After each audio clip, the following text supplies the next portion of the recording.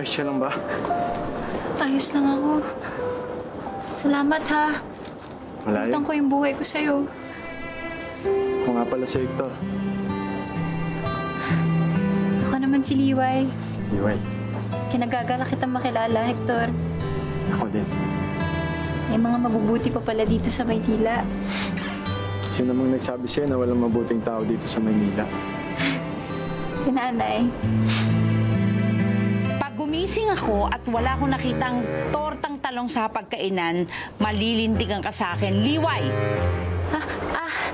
Pasensya ka na. Masyado lang akong maraming iniisip.